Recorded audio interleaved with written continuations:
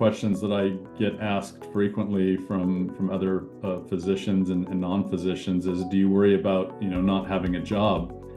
And I tell them not in my lifetime. We'll always need radiologists, but AI is there to make us more effective, more efficient, better. At the same time, we're not going to be displaced anytime soon. Again, I tell people all the time, the radiologist is still the ground truth. As good as the technology is there false positives and false negatives? Of course there is, like with any technology. Are they few and far between? Absolutely. But that's why you still need the radiologist to be the ground truth when it comes to things like that. But I think that the technology will continue to mature, the algorithms will continue to get better.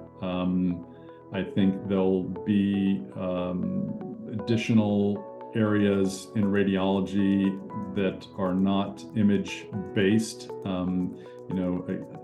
As we've talked about before, with patient follow-up management, making sure that patients do get their follow-up studies in a timely fashion and not slip through the cracks or get lost to follow-up. Again, in the interest of providing good patient care, but also speaking to that ROI narrative that we talked about before.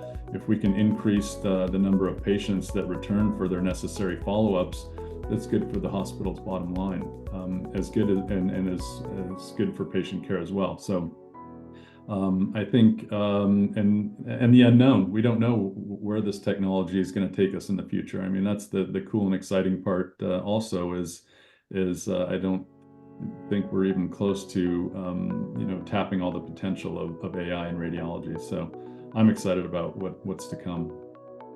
I think increased sophistication is coming. So for example, the PE algorithm is phenomenal, but it's still based off, well, frankly, antiquated clinical guidelines that we use as well. I mean, it's not that the algorithms, the clinical guidelines are antiquated, right? The fact that we are driving clinical decisions based on just a few parameters will become outdated at some point. But guess what? This kind of technology will easily integrate multiple factors, whether it be level of cardiac enzyme leak, lactate acidemia, other degree of RV/LV as opposed to kind of a binary yes/no, amount of pulmonary thrombotic burden, or amount of the index of obstruction, those types of things. So the ability to add more and more sophistication, I think, already exists. We just need to get there from the clinical side to guide where that will go. That is exciting.